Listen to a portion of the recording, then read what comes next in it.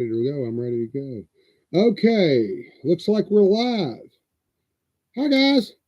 All right. Tonight, what I'm gonna try to do, I'm going to show you how to make your own glass tokens. You don't really need miniatures. If you've got the means to and the will, you can put together some glass tokens that work really good for a tabletop for less than $20. Let me show you here. Okay. Now, I'll have to move my camera around a little bit. Just bear with me until we get a nice, good setup here. All right. Let's go ahead and move over to the table here. All right. And I think we'll get it set up to where you can see what I'm doing here. This may take me just a second here, guys, because I got to get it pointed at what I'm pointed at here. Let me see if, you know what, this may work better if I just do this. Hey, that'll work better. As a matter of fact, I think I'll just go ahead and do that. I'll just leave the camera right here. And I think that you can see and hear me, or you should be able to, as long as I don't fuck around too much. Okay, let me go ahead and get over here. Hopefully you can see me. Let me move up to the table here. I got it focused on my gaming table. All right, let's see here. All right, guys. At least you can see what I'm doing anyway. Okay, and I'll hold stuff up to the camera so you can see it. All right, first thing we got here is we have, this is what a finished glass token looks like. Okay, what I've done, and that's of Raceland. Okay, what I've done is I've taken an image and I've glued it to the back of this glass token, and when it dries, that's what you've got. Now, to do the tokens, most of the time what you need to do is to have like either a front or back printer, or what you can do is you can go on like Virtual Foundry and use their virtual tabletop for their digital token thing. You make a sheet of them, and then you reduce them down to a certain size, and you usually just print it all on one sheet. And you can either use a Cricut and have it cut it out, but the Cricut tends to want to cut around the images. You have to have like a solid divider. You got to program the Cricut to where it'll cut it out. We screwed up, and it was trying to cut out the images without the circle, so we just went ahead and printed out a sheet and got them. But as you can see here, here's a whole bunch of tokens that I've got here. We're going to go ahead and open these up. All right, I got a whole bunch of tokens here to make up. Okay. These are tokens. As you can see, they're listed as 30-piece clear glass necklaces is what they are. Okay.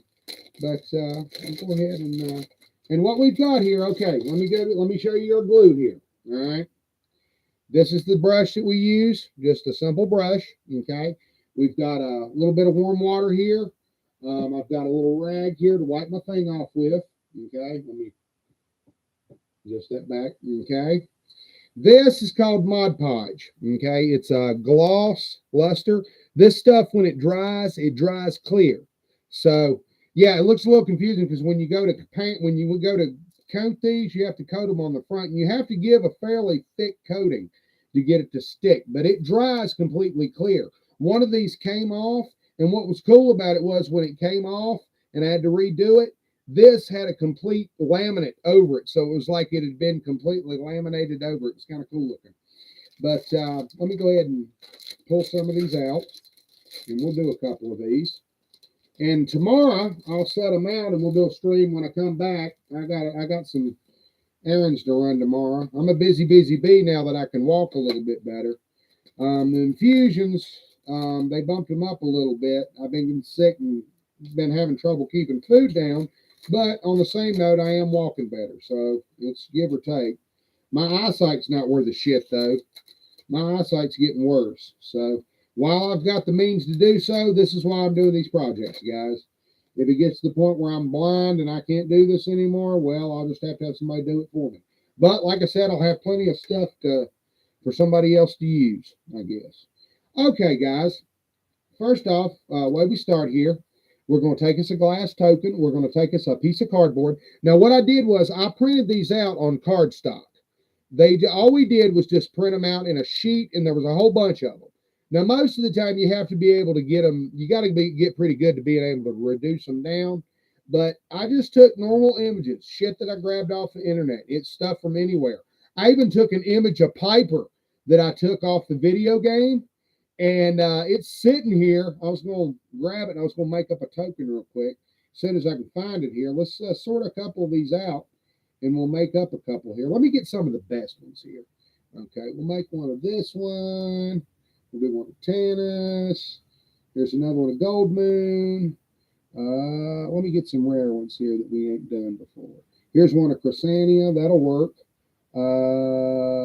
Here's one of Caraman. Got a cut. I don't have that many of Caraman, so I'm gonna go ahead and make up some of Caraman. Hell, I got a bunch of Taz and Raceland, but I don't have a. There's one of Dalamar that I made. Let's see here. Lorana. We have. Yeah, y'all might recognize that. I don't know if you can see it. That's Piper. Yeah. Yeah, buddy. Standing next to a pipe. Standing next to a pipe plant. Yep. Got the one for Strahd. I left one of the images on the stick, and Mom was a goof. She was testing it out for me upstairs on the Cricket. She took the House of Strahd image and just to test it out, and she made me one for Strahd. I didn't even ask her to do that. She did it anyway. So bless her.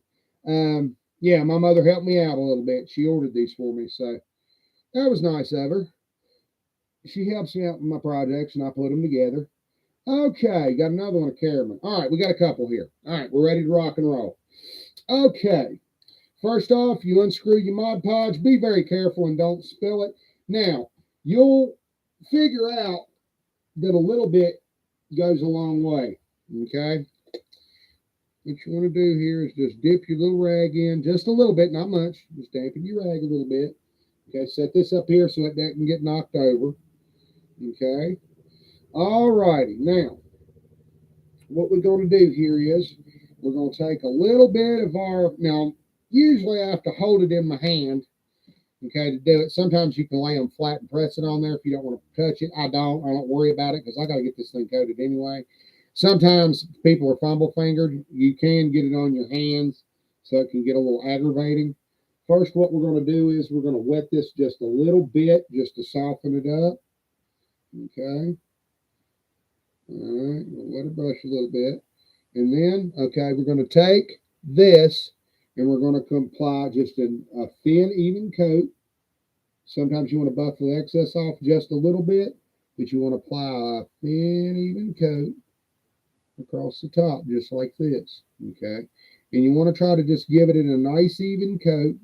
Not too thick, but just enough to cover the image. Try to keep your hands off of it as much as possible. Now, a lot of times these will overlap when you cut them out, and that's okay because once they dry, you can take an X-Acto knife and trim off the excess if you need to, okay? Now, I've slickered it down a little bit with the Mod Podge. Now, watch. I just take and I press it like that, okay? I'll fix it just like that. And if you'll just leave it and not move it around, this, when you let it dry in the sun, a lot of times it'll get a little bit, sometimes in imperfect light, you might see it where it might be a little bit speckly underneath. That will actually disappear if you let it dry, okay? But sometimes it has to dry. It actually has to sit and dry for a couple of days. What I'll do is I'll actually, where this thing is a glass tabletop, I'll open up my window and let it dry in direct sunlight. But look at that. Right there. That's Caraman. Right there. Pretty cool, huh? And they'll dry. You just have to let them sit and dry. All right, let's do one of Piper. Pretty darn cool. All righty.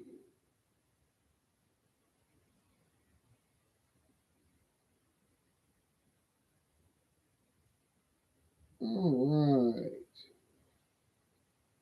Got one of Piper coated right, just like that. Get a fairly even coat on it. You just get you a nice, good, even coat, just like that. And then, because it'll dry clear. It's not really and sometimes you can fuck up and drop them. Be very careful, though, after you assemble them, especially if you've got a glass countertop. You don't want to use these with people who are very rough with their tokens. These tokens, basically, they're designed to be just placed down. You can take a ruler and slide them. Usually on a glass countertop, you just slide them. If you're using a camera setup with just a DM, you know, the DM will just use it. So, and that's basically what I've used this for. You can use a virtual tabletop. It's okay. But really, I see no reason in that. Most of the time, if you just get your players together, everybody gets on Discord. Everybody needs to bring a pencil, an eraser, a sheet of paper, and maybe a set of dice. And that's it. You don't really need all that other shit. I mean, having the people have click on the virtual tabletop, fuck that. If you're a good DM, you handle that for them. Okay? There's no sense in that shit. Now, that's just a preference. Some people prefer hands-on. They want it like a video game. I don't know. There is a limit on, you know, a virtual tabletop of what it can do and what it can't do. And I tend to agree with, like, Max from Religion of Myth on that. You know, I don't want to play a video game. If I want to play a video game, I'll go play a video game. Okay? I don't want to play a video game. If I'm playing tabletop, I want to play tabletop.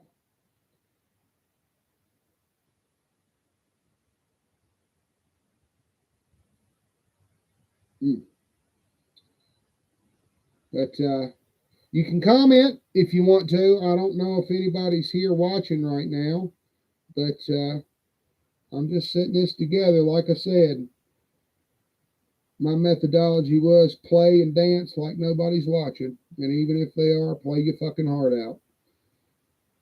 I've done that many a time, guys. I've done that many a time. Okay, just a second here. Here, check this real quick.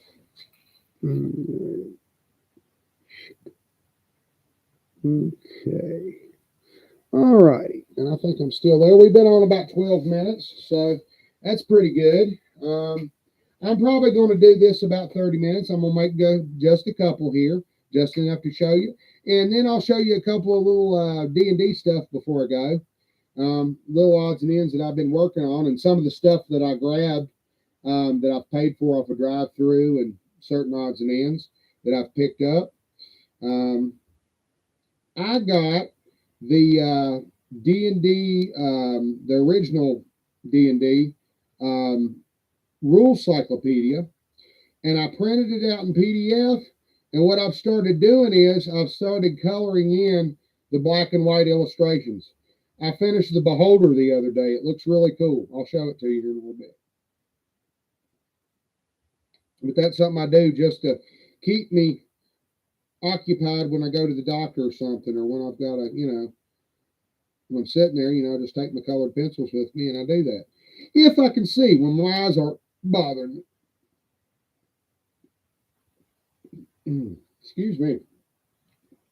I'm getting hiccups is what it is. Let me take a drink real quick here, guys.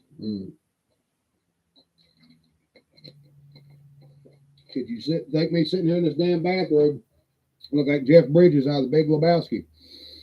Okay. Take a look at that. Might be able to see that. Pretty darn cool. We'll do Dalamar. But yeah, when I get spare time, that's what I do. I sit here and sometimes I fucked up and put it on the other side, or I fucked up and put it on the back side, not watching what I was doing. I've done that too on occasion. You get into something or you get distracted. But I could sit here and do this just about all day. It's just a nice little quiet activity to do. And these are very simple to make. Oh my God. I mean, technically, guys, if you absolutely have to, print you out an image like of Raceland, a cheap ass fucking piece on a piece of cardstock, cut the head out and put it on there. Okay? If you absolutely need to do something really quick and you ain't got time to fuck around and size them down and all that shit, just grab you something that'll fit an image to about the size of this and roll with it. Simple as that.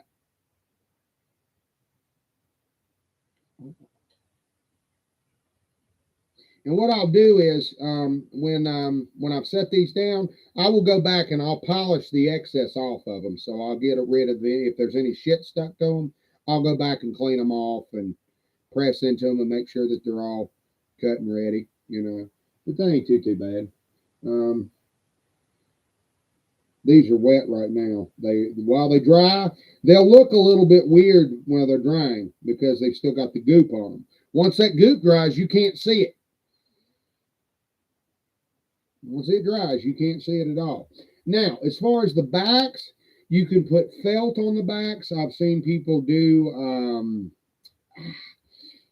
I've seen people do strips of damn tinfoil.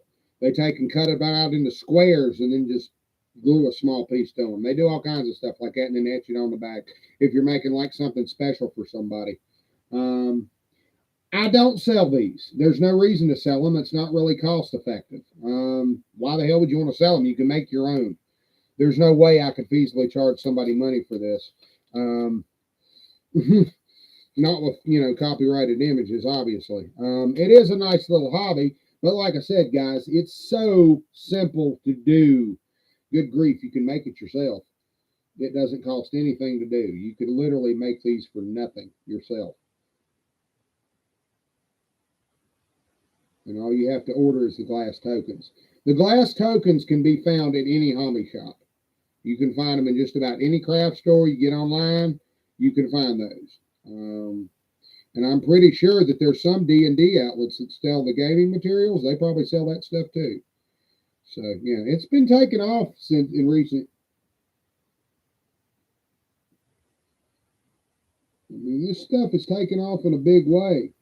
And the second edition stuff is taken off in a big way. We're seeing a second edition revival. And I'm absolutely overjoyed because all that shit that I bought in 1994 is now seeing some fucking use. I know Margaret and Tracy left it, were gone from TSR by then, but still, they put out good shit. And their legacy lived on. I love Dragonlance, I really do. And you know what made my day? The other day, I posted some of these on the Dragonlance site, and Margaret Weiss saw one of them and said, cool. Mission accomplished. Stuff like that makes it really worth it. And Margaret Weiss, bless her heart, I realized that, she was kind of the writer and she was kind of a latecomer to the team. But that woman definitely, she's she's inspired a lot of people. And she's a good woman, oddly enough. She's a good person, it seems. I don't know her. And that's something else, guys. I mean, not everybody are you going to be able to get along with or take windy walks with. It frustrates a lot of people that sometimes you can only give people about 2% because you're not going to get along with everybody. Okay? There's some people that you would like to have a rapport with, and you're just not going to. No matter what you do, you're just not on their wavelength. And for those people, I can say you can enjoy a piece of art, even if the person is a complete asshole. I'll give you an example, okay? Ted Nugent. I don't agree with Ted on his politics, but he's a damn good guitar player. So, with that said, if I can give somebody the 2% and not have to gauge with them on a personal level, I can pretty much do just about anything. You can tolerate just about anybody.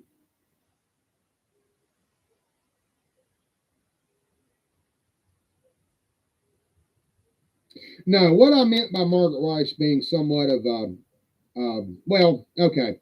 Margaret Weiss, when she was hired, okay, Tracy Hickman was the one who did the gaming stuff. Margaret was the one who wrote the books, okay? She was the one that had to write it out and make it look good, okay? She was the one who did the editing, all right? With that said, those characters were not entirely developed solely by Margaret and Tracy. Harold Johnson helped develop Tasselhoff. I'm trying to remember who came up with Raceland, but there were other people who came up with the characters. But Margaret and Tracy were the ones who developed them. Margaret wrote most of the Chronicles and Legends. Her and Tracy. Margaret wrote out most of it. So that was my point. But Dragonlance, it's a hard pill to swallow because when I grew up thinking that, it was just solely them two. And really, there was more than one person that worked on Dragonlance. The 2e Dragonlance that I was introduced to, Margaret and Tracy really didn't work on. They were already gone from the company. And that was kind of a Superman's dead moment for me when I found in the New Tales where they list Hasselhoff's name as Kalen. Margaret and Tracy never agreed to that. That was done by TSR. That was added by TSR long after they had left the company. So that was a piece of gaming material or gaming lore that they didn't come up with that. It was not intended, and they had never intended to call him Kalen. I always told myself then that if I ever write a Tasselhoff story, I'll basically explain that Kalen was actually the name of an ancestor.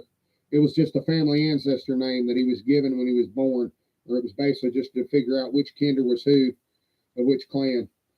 He belonged to the Stoke clan. That's what the official lore calls him. He was a Burfoot who belonged to the Stoke clan.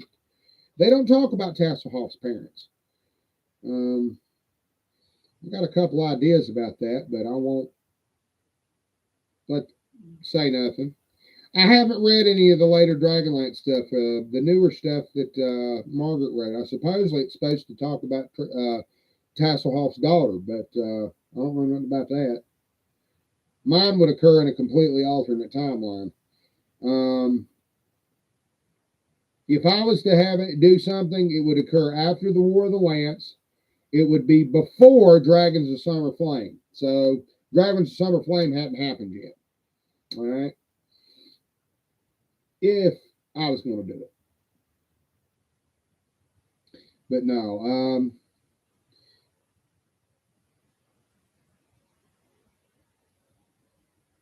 I wouldn't mind getting a book signed by Margaret.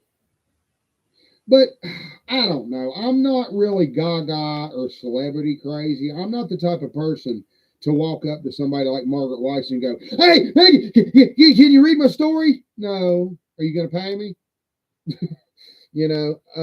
I leave those people alone. They're not obligated to have to sit and listen to my bullshit. Okay, you're a fan. You bought a t-shirt. You bought a book. Okay, great. But I leave people alone. I don't think that I'm entitled to somebody's time just because I'm a fan. No, it doesn't work like that. In most cases, you would approach somebody through the proper channels. I wouldn't particularly approach anybody in public. Even approaching somebody on Facebook. For the longest time, I was kind of hesitant to really ask Margaret Weiss anything on Facebook without having a proper introduction. I don't like doing that in any capacity. I hope she wasn't addled when I asked her the question about Tasselhoff being named Kalen, because, the reply I got back on Facebook, she said, well, Tracy and I did not write this. We had left the company by then, and we had no input on it, but they didn't name him Kalen. And see, for years and years and years and years, as a kid, I thought that Tasselhoff's real name was Kalen. In some of the gaming sessions, we'd even made up a lore about it. That when he was in Northern Urgoth as a kid, wearing a top knot, the humans would holler at him and go, Tasselhoff! Northern Urgoth, I think that they have German accents. I thought about that. Regional accents, depending on where they are in Kryn. This is another one, a Piper that I'm putting together. That was the one, a Piper and the Storyteller. But yeah, you can make Fallout 4 tokens. You can do all kinds of stuff. Pretty damn cool. What that? Pretty sweet, huh? It's all right, isn't it? Ain't too bad.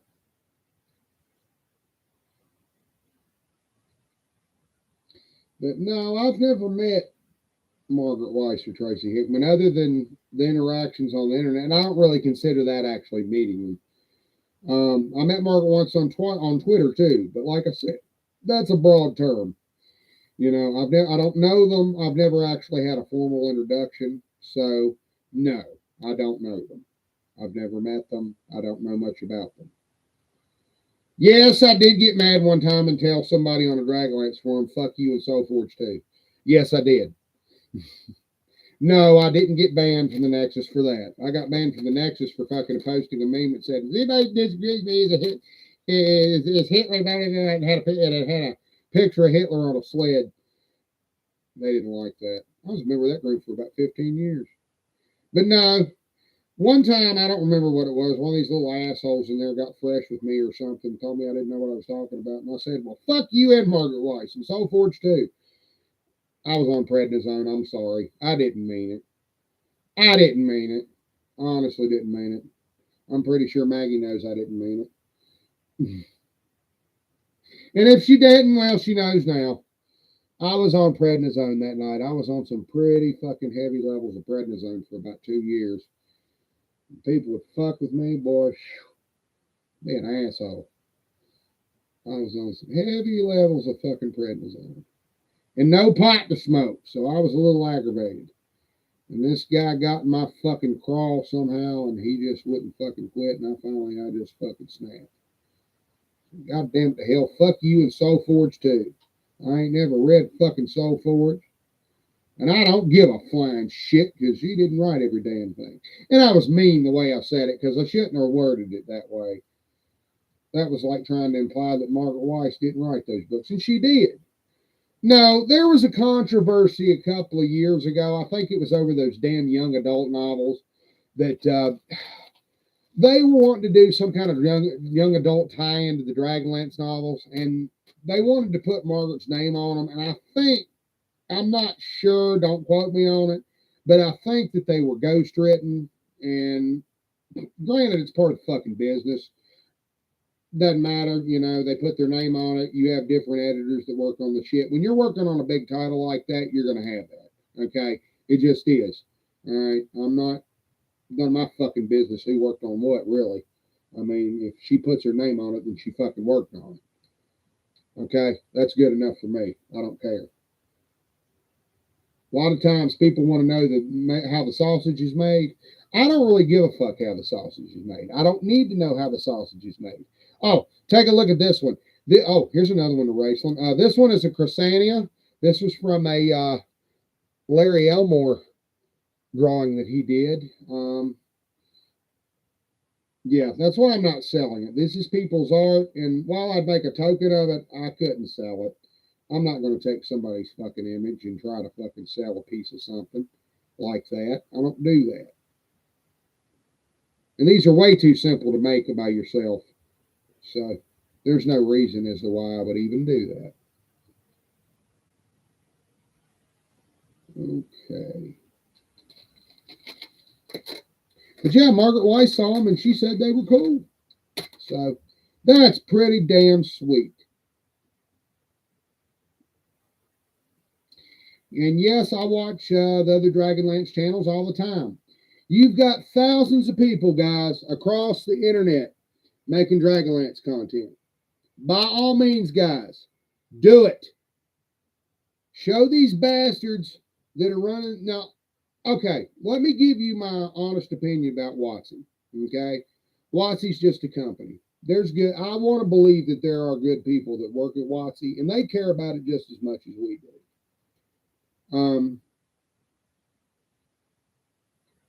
I believe that what they need to do is to stop listening to the Sparkle Troll contingent, the people that don't really buy their stuff anyway, and start listening to the people that actually care about it. People like Adam, that runs the Dragonlance channel. You got people that have 30 years that are familiar with every single edition and every book.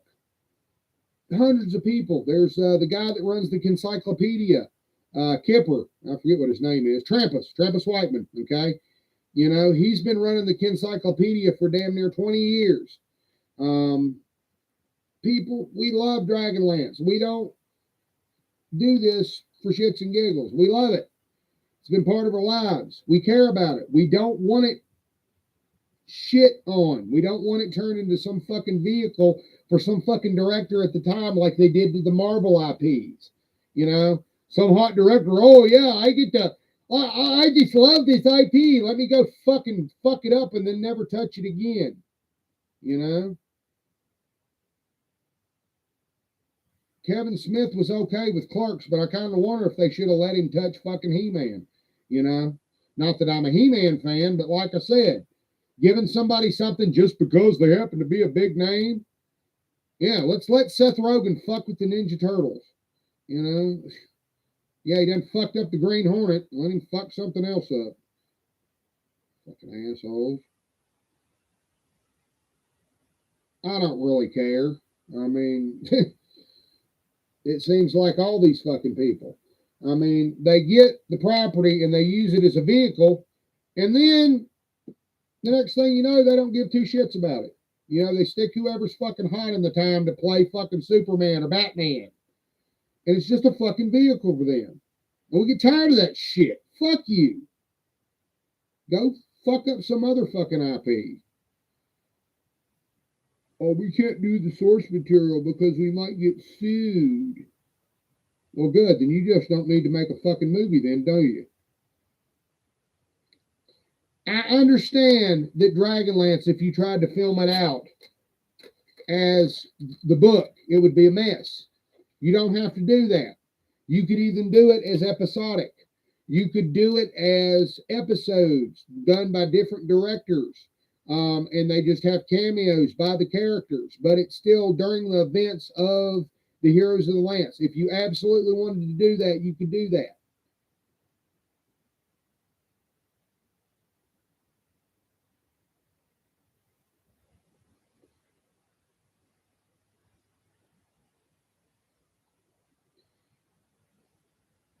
Mm. All right, guys, we'll do a couple more, and then I'm gonna take a little bit of a break, and I'll show you some of my D&D stuff here. A good little stream. I don't know if anybody's watching, but like I said, you can watch it afterward and sit here and do what you need to do. So you're just hanging out with me, okay? I can't really answer and look at the chat right now, so if there's somebody here, hello. Say hi in the chat if you want to.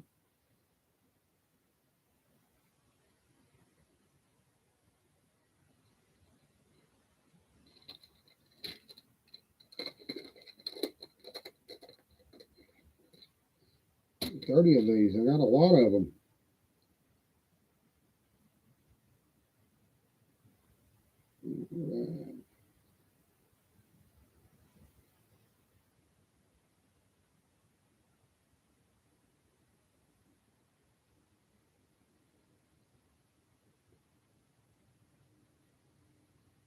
They shine. You can sometimes you can't see because of the glare, and like I said, before they dry, they'll look a little spotty. I noticed it too. I was like, well, I hope them dry. And when I left them out in the sun, they look awesome. Now, broad part about it is sometimes when you leave them out in the sun, you go to pull them up, they'll peel completely off, and underneath it, it'll be completely laminated. But then all you do is just go right back over it with another layer, slap it back on there again. I had to do that with the Tasselhoff one here. This morning I picked it up and did it again. Looks like it probably has to. Well, no, it did all right. It come off, but I fixed it and put it back. I guess you can see it. Pretty cool, huh? All right. That's pretty damn cool, huh, guys? All right. We'll do one more. Let's see. We'll do one of Kitiara. Yes. We'll do one of Kitiara. No, wait a minute. Let me find one of a dragon. One of the Kinder Vampire. That was the Kinder Vampire I tried to do before and it didn't go too well, so I'll try it again. Let's see if it works this time. Tickle Mop. Oh, I'll show you that here in a minute too if I can find it.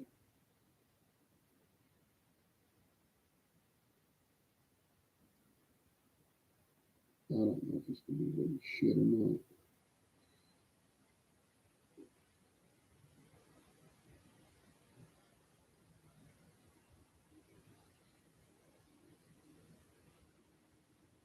So damn light you can barely see it. I like to set it in the sun and let it dry. That damn shit's so faded out you can hardly see it, but it's the Kinder Vampire. I'll let it dry.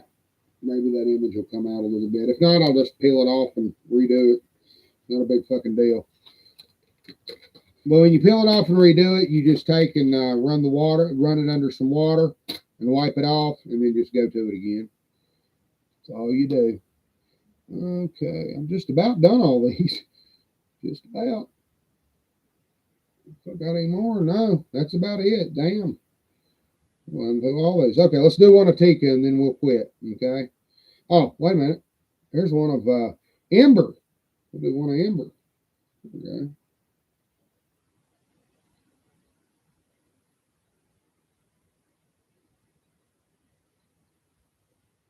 Now, sometimes you can screw up and get a little bit too much on there, but it's okay.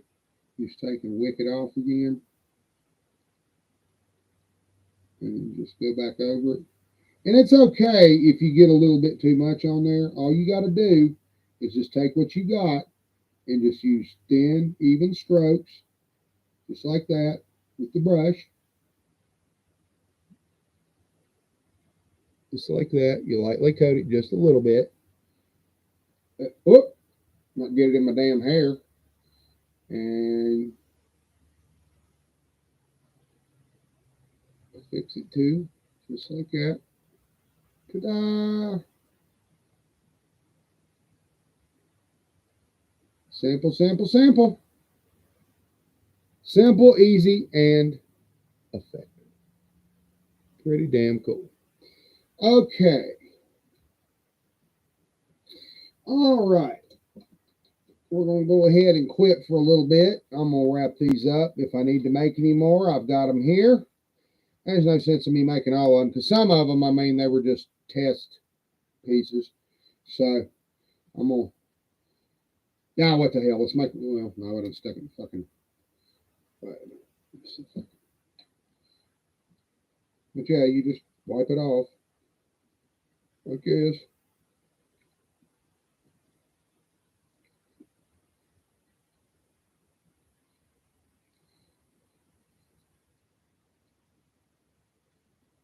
It's better if you pick them up and hold them when you do this. I don't try to lay them flat. It don't work if you do that. Some people try that. They spray it and then try to land them on there. It doesn't work. Just take a nice even coat of Mod Podge, just enough. And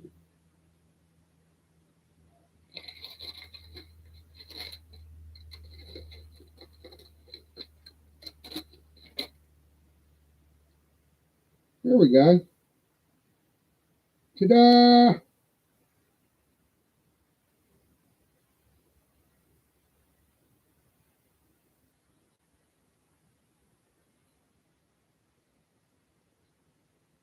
Stern. Like I said, they'll look a little spotty at the moment until they dry, because that shit's got to dry on them. Well, shit. I had Tanis laying over there. I meant to get Tanis and I still didn't get him. Damn. Just about left out without getting Tanis. I was sitting there thinking, man, I need some for Tanis. I got maybe one or two of Tanis, but not enough. I got one of the main ones from the module that I printed out. I got the module images and printed them out. What I've got on this tabletop, guys, if you didn't tune in from the last stream, this is a piece of tempered heavy glass that I'm using for my tabletop. You can slide the paper underneath it, and then you can use a whiteboard marker and draw on it. I got me some fine tip markers too, so I can make finer detail. Here in a minute, I'll move the camera and we'll do a little bit of show and tell before I wrap this up. Okay, and I'll show you some of my D&D stuff, and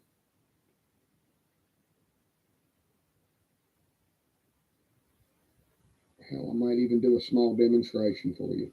I don't know. All righty, look at that. And there's Tanis. Pretty sweet, huh? All right, guys, before I knock this over and make a fucking mess, excuse my language, I'm sorry. I try not to curse.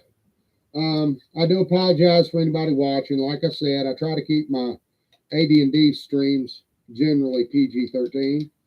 Um, I'm getting better. Like I said, I haven't been live in a long time. YouTube gets a little pissy about that if you curse. Well, I'm not monetized, but still, I try to watch my language. I keep it professional. You forget, guys, I was in the professional world for a long time. I worked as a guide at a museum. I used to give presentations to 200 or 300 people or more every week. And I was good at it. I was damn good at it. And I did my job well. But that was a long time ago. And I've moved on. I don't bang on a gong. I don't bark at the moon. And I'm not a fucking new ager. So tell Paul's ego to shut the fuck up. He doesn't know what he's talking about in any capacity. And he never did. He tried to paint me as some kind of new age or some shit. Yeah, whatever. No, I just did a job. I don't bang or bark on, bang on a gong or bark at the moon.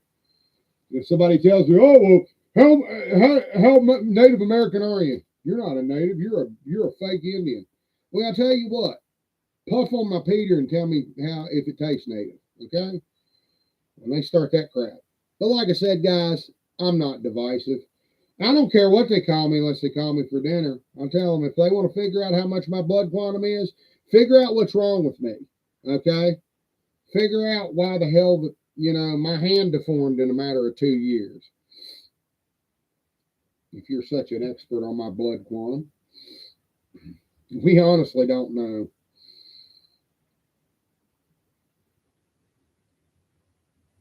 I've always felt native.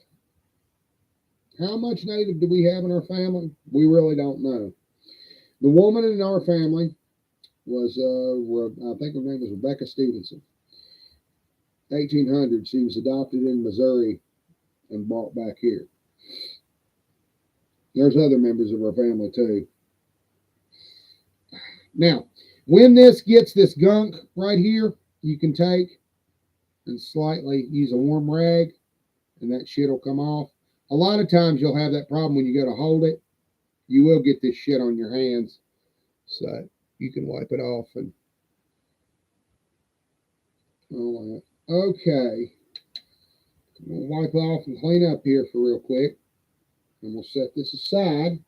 And then I'll get out my D&D book and I'll show you some stuff. We're going to take these and set these aside here. We're going to take each and let these dry on another table. Okay. Put these up. All right, guys, let's have a look here. Let's see how well you can see them right here. But let's go ahead and have a look here. Okay, can you see those? What you think? Them look all right? All right.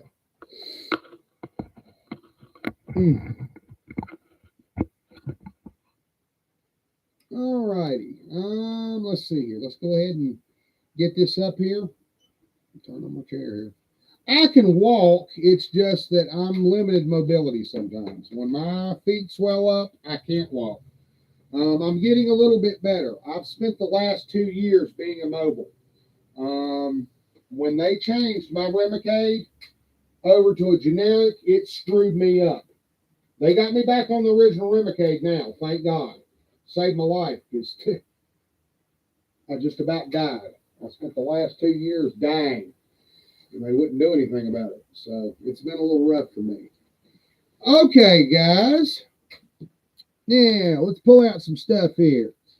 Let me show you this. I got a whole bunch of shit. Okay. These are character cards for Dragonlance. As you can see here, I got my glass tabletop sitting here. You'll notice that I got my character sheet slipped under here. Now, that's it. Take this thing. What I mean is, what's so cool about this? This will save you a shitload on paper. If you've got a small group, all you really got to do, look at this.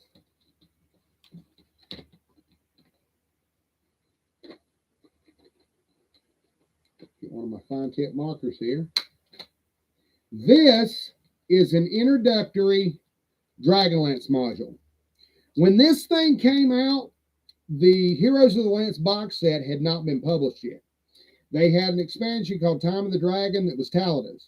But for the most part, the Dragonlance setting didn't really have anything that resembled the books. The Heroes of the Lance box set came out in '92. Before that, most of the role-playing Dragonlance material was a lot different. It was scarce. When people started reading the books and requesting to be able to play the adventures, that's when they started making stuff akin to it. But New Beginnings actually teaches you how to play second edition AD&D. This one, like it says, puts you up against a Phenolite infantryman, and it teaches you the basics. It goes warrior encounters. Number 1, a stand-up fight.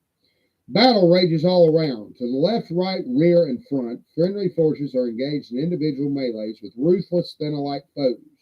For a brief moment, you find yourself unengaged. Then you see a Phenolite light infantryman raise his shield and spear. "Come on, then, dog," he shouts at you. The foe is only 10 feet away. He wears studded leather armor and a gleaming bronze helmet. He carries a large shield and a spear 9 feet long. On his belt, a longsword hangs in its scabbard. Now, then it goes to the initial questions. Question A. What would you estimate this man's armor class to be? Question B. If your estimate is correct, what do you think you will need to roll to hit this foe? Your THAC0 number? C. If he hits you, how much damage will he probably do with his spear, ignoring any strength or other bonuses? D. Using the standard initiative procedure, how would the DM determine who gets to attack first? Okay, we can do that. All right. Initiative is determined by a D10. Okay. Standard initiative roll, you can either do single initiative or you can do initiative for both sides. For this, we need a D10. Okay. Here's your D10. Now, in these newer dice things, they give you a percentile dice right here. The original AD&D set didn't have that. I've got the original dice set here. You had to roll 2 D10s of different colors. But this one, yeah, this one just has the percents on it. But anyway, here's the D10. You roll your D10. Okay, say what battle, who we want to fight this damn Phenolite soldier. Okay, we're going to write down the stats here right now. Okay, all right, let's take a look here. Okay, our Phenolite soldier, let's see. First off, we're going to roll initiative here. All right. We're going to take one of our heroes here. We're going to copy his stats. Let's go with Taz. Okay. All right. Taz rolls for a 2. Let's have the Phenolite roll. He rolls an 8. Okay, so Taz goes first because he's got the lower roll. All right. Now, let's see what Taz needs to hit this guy. Okay.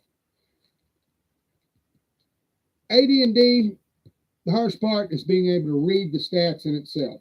Okay. Tasselhoff has a THAC0 number, okay? His THAC0 is 19. Now, he is a 6th level thief, but he still has a THAC0 of 19. Most first level characters do have a THAC0 of 19 or 20. Raceland has a THAC0 of 20. Sturm has a THAC0 of 14. THAC0 is 2-hit armor class 0. It's an acronym. It's armor class in Dungeons and Dragons goes backwards, okay, to the worst armor class, which is 10, to a negative armor class, which is the best armors, okay? So, if you have armor class 10, that means that you are unarmored, okay? If you have an armor class of like 2, it means that you're wearing something like plate mail. If you have an armor class of 6, that means that you're wearing something like an padded armor.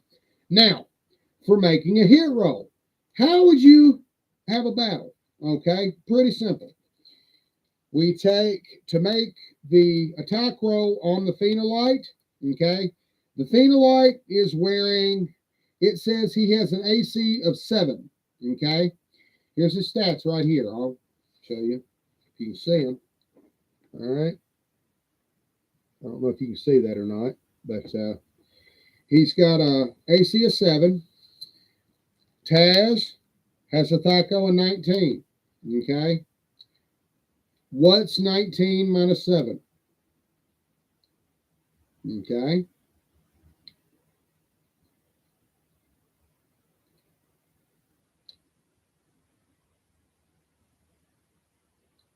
You use your fingers if you have to, little man. Okay. We go back to 8th grade math. Okay. 19 minus 7. Think about it now.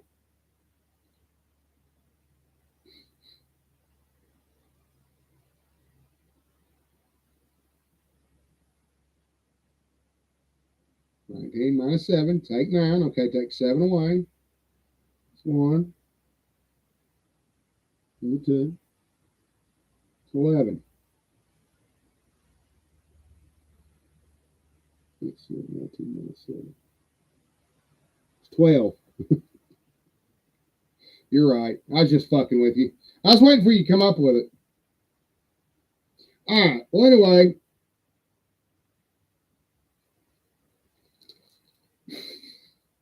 Hold on just a second. Let me answer that real quick. I'll be right back. Hold on just a second. Let me check it. Yeah, I know. I heard it beep. I'm on a stream right now. Shh. Quiet.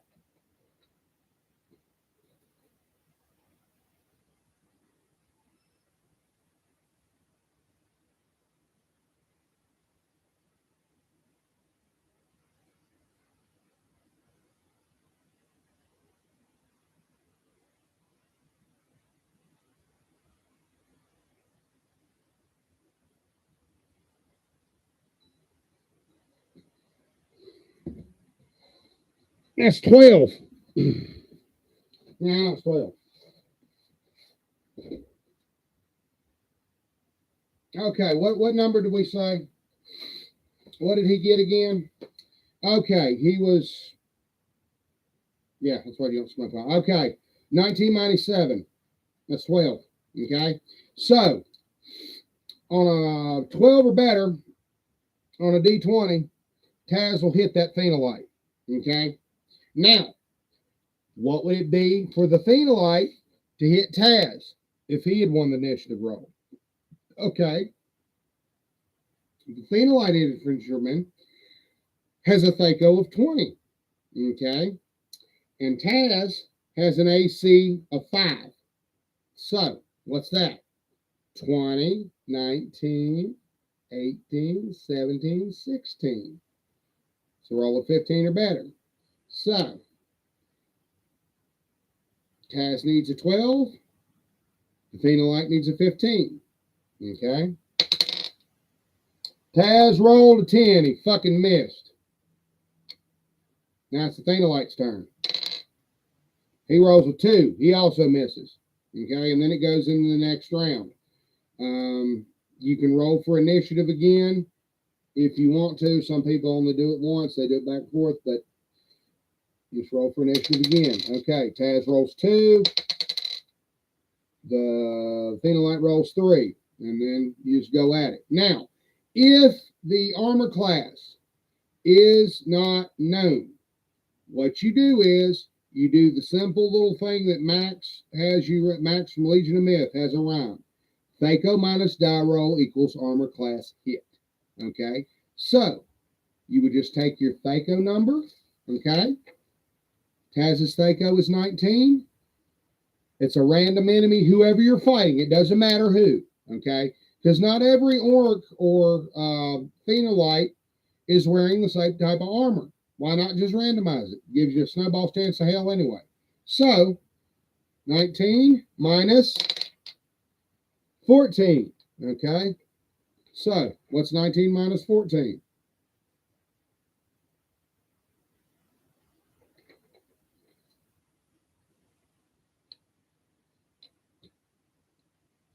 Exactly. So that or better will hit. Yes. Whatever number that you subtract from your THACO, which is the die roll, okay, you subtract your die roll number from your THACO. So, like, say if you roll 2, right? You just, and he has a THACO of 19 and you get a 2, you just put it as 19 and 18. That's 17. A 17 or better will be your 2 hit number. And if you hit, then you roll for damage. Damage is basically usually D4 or D6. In this case, the Thenolite, he's using a spear, so he would roll one of these. If he hits, he rolls for damage. I just drop it in the fucking floor. I got a 2. But that's really all there is to it. Simple as that. I got a couple people in. Hello, guys. Yep. Does anybody have any questions so far? Looking to see. Oh, they just come in and say hey. Okay. All right, just come in and say hey. Okay. Well, man, I don't want to play D&D. Shit. All right. I don't list my chat up there. I don't. All right. All right, guys. I think that'll do for the night. I don't know if I made any sense, but that's a bare bones way of playing AD&D Second Edition. You wouldn't believe that the hardest thing to learn was how to do the basic procedure for AD&D. THACO minus die roll equals armor class hit. Just remember that. THACO minus die roll equals armor class hit. Okay? THACO minus die roll equals armor class hit. So if you don't know the AC of your target, just roll a die, subtract that from your THACO number, and that will be your 2 hit number. Okay? The DM rolls with that because it's a randomizer. There's no problem with that at all, unless the DM specifically has something set up. Most of the time, only if it's like an NPC that's very powerful, like say like Strahd von Zarevic, he can't be hit by anything other than a magic weapon. It has to be like a +1 weapon. It is confusing, okay? It confused me. It took me years, okay? It's simple math. And sometimes I get tripped up on simple math. Hell, I'll leave out one. And trust me, when you have to like add or subtract a modifier, I was off by that 1. I said 11 instead of 12. I was off by 1. Ain't that fucking bad. In a realistic scenario, okay, most of the time he would have a modifier due to his skill or something. There's always a modifier somewhere. So most of the time you'll roll your die and then they'll add a modifier to it just for the hell of it. Most of the time, if you're, it'll depend on the situation. If you're slowed, you're in the dark, maybe your character's tired. Sometimes they'll add a penalty to your roll. It just depends. A lot of times the DM don't do that shit. Most DMs don't care. A good portion of them, they'll just say, roll a die. Is it a hit or miss? Roll for damage. They don't really get too complex with it. That's enough to do a battle, a simple battle, and roll on. That's it. That's all the hell it's there for. It's not supposed to be elaborate. It wasn't meant to be. Not hard at all. Oh, ability checks. Well, ability checks are the number or less. Ability checks go backwards, okay? Hit rolls are the number and greater, okay? Anything at the number or greater. Ability checks are at the number or less. Saving throws are the same way too, I think. Let's see here. Okay. Say you want to make Taz has to do something that involves dexterity, 16, right? Okay. So Taz is dancing around and Thrent throws a brick at him. Taz dancing around and Flint throws something at him. He needs a dexterity check. It's 16. He rolls an 8. He makes it. Because 16 or less. He makes it. He rolls an 8. He makes it. He's got a good. He's a kinder. He's fast. He dodges it. There you go. Strength skill. Let's see. To open a stuck door, strength skill of 13. He rolled an 18. He didn't get it. He didn't get it. If he'd have got a 13 or less, he'd have got it. But simple as that, guys. It's not that hard. Okay, let me show you this real quick before we end the night out. This was the Ravenloft supplement that I showed. Oh, incidentally, I do the opening for Neverwinter, and I did talk about this on that. So go take a look at that. I opened the opening thing for Ravenloft and Neverwinter. I went through that, so you can see that on my channel. Okay. I've not streamed in years, guys, so if I'm all over the place, forgive me. I sometimes have to get into a flow. Sometimes I'll sit there and think about what I'm going to say, so if you hear me pause for just a second, it may be because I'm trying to think. This is all my second edition stuff. Well, it's not all of it, but see? Now, look at this. I took the Rules Cyclopedia and I colored it in. I might colored them all in, but this is what I do when I'm at the doctor. I take some pencils and let me find it one that I colored in. I colored in one with the dragon the other day. There it is. Hey, like that. That's my beholder. I colored in the beholder. Pretty damn cool, huh? Pretty darn sweet. That's the cat's ass, isn't it? But yeah, I've just been taking and going through and coloring it. Let me find another one. I'll show you. As soon as I can find it. There it is. There's another one I did. Pretty cool, huh? All righty. All right. Well, what else we got here? I got a goodie bag down here, boys. Let's see here. What we got? This is last week's haul. Okay. Smart. Okay. These are play it yourself Dungeons and Dragons adventures. You can actually play these by yourself. You can play it with you and a DM or just by yourself. This one is nice. This is Rage of the Rakasta. It's Samurai Tigers. Uses some of the character setting. This was the original D&D. Sword and Shield. Quest for the Silver Sword. Hey, I'll tell you one word. Internet Archive. That's all I'm going to say. That's all I'm going to say for those.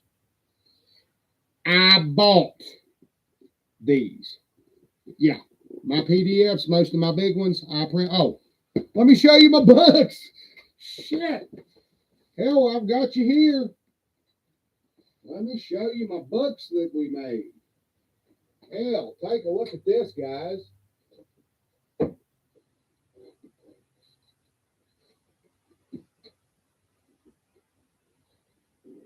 I got a whole bunch. I got a whole shelf over here, but we'll dig out these.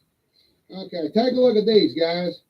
This is my printed PDF collection. Okay, I took and I made binders for these. Mama helped me out because when my hands weren't working, the binders were a little harder. The big ones were a little hard to do. She had to help me out with those. For doing the binding where she had to saw into them. All right, let's take a look here. Some of these I've actually laminated. Now, the laminating job didn't do too great, but like I said, it does what it needed to do. This was Miss Sakrin. I showed this one on one of my Twitch streams the other day. As you can see, oh shit, I must have stuck it in there. You got dog-eared on me, damn it. I have to put something heavy on top of that and correct that. I hate it when that happens. Domains of Dread. This is my special copy. I printed it out. I added Strahd von Zarevik's character stat from the second edition module. I just stuck it in there as a page when I printed it out. But as you can see, I've printed this thing out myself. It's Domains of Dread. This is the Ravenloft campaign. It's actually, it can be used with multiple systems. They call this a saga book. It is not, okay? It has saga system rules with it, but this can be used with the AD&D game. You can still use this with AD&D. It's got the stats and everything. This is the Dragonlance 25th year anniversary. I printed it out. You might have saw a video earlier of this. I didn't show you the book, but we printed it out into a bound book. Pretty cool, huh? Pretty damn sweet. And it's been laminated. Yeah, see, it's got saga rules in it. It's got saga rules and the original AD&D. Yep. And then we have the best kept secret in the gaming world. If you can't afford the second edition, the player's handbook, this is your cheapest option right here. You can go to Drive-Thru RPG and get this for completely free. Okay? You can download it in PDF form and print it out. I did. I made my own covers. But I printed the whole goddamn thing. This is basically AD&D second edition streamlined into a system to where you could publish materials under the OGL license, so Wizards of the Coast wouldn't sue them. That was for people who wanted to continue publishing Advanced Dungeons & Dragons second edition material. This is called For Gold and Glory. So OSR. OSR is just a catch-all term for most of that stuff, so Wizards of the Coast couldn't sue them. That's all the hell it was. Okay, guys, what else I got here? I'm looking. Okay. Oh, I got to show you my Dragonlance my Larry Elmore print collection on my walls. Let me show you that too. This is the only original Dragonlance module that I own. This is the original. This is actually one. This is not a PDF copy. This is an original. This is Dragons of Flame. I bought this. I found this for about $12 on Amazon. That was a fucking steal because this thing's usually not easy to find. You can find it now. You can get it in PDF form, but here we go. Here's another one. This was Wizard Challenge. That's one that's for one player and a DM. This Ravenloft, When Black Roses Bloom, Sithicus, Lord Soth in Ravenloft.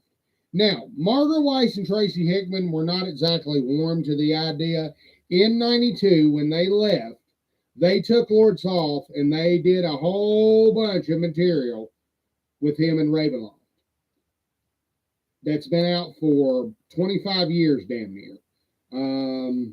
TSR hasn't been a company for 25 years, okay? That's how long this thing's been out. This thing is awesome. This has Kinder Vampires in it. It talks about Tickle Mom.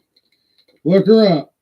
Well, I'll actually, I'll go through it later. We'll sit down one night and we'll actually go through this. Now that I've actually got this ability to do streams and show my stuff off, I can do this all the time now. Okay, before we go,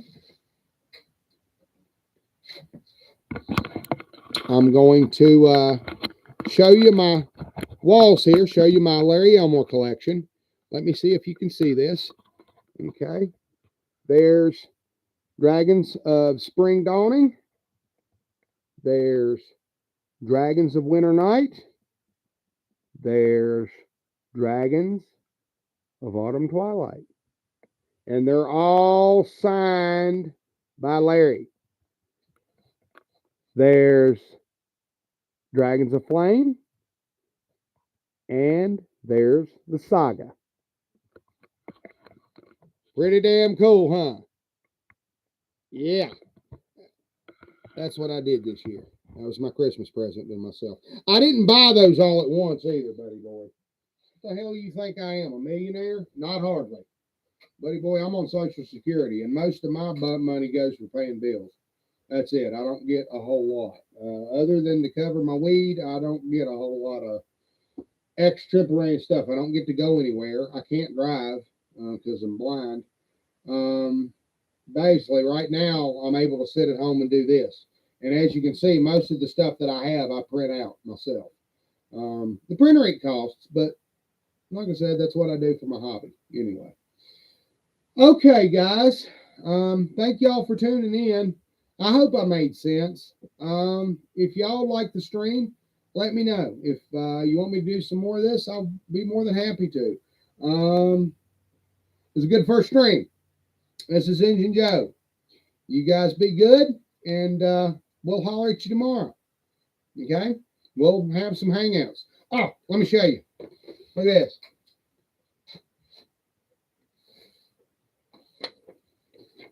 See, when you print the tokens out, you can print them out like this. And you just size them down, and then you just cut them out. You can use an X-Acto knife to cut them out. Most time when you use heavy cardstock, it's better if you use heavy cardstock because then you can just go around. You can get a Cricut to cut it out, but the Cricut has to have a black line to keep it from going around the image because otherwise it tries to cut it out in the silhouette. We had to screw with it several times to get it to do right. And eventually Mama got pissed off and said, here, I'll just cut them out. She brought them down, handed them to me, and said, here, glue the damn things. They're ready. I bless her heart. I love my mother to death. All right, guys. Thank you guys for tuning in. Enough of me running my mouth. It's past midnight, and we've been on an hour and 10 minutes. So I think that's a pretty good way to wrap it up and end it out. I hope everything came in, and you have a good day. Roll on.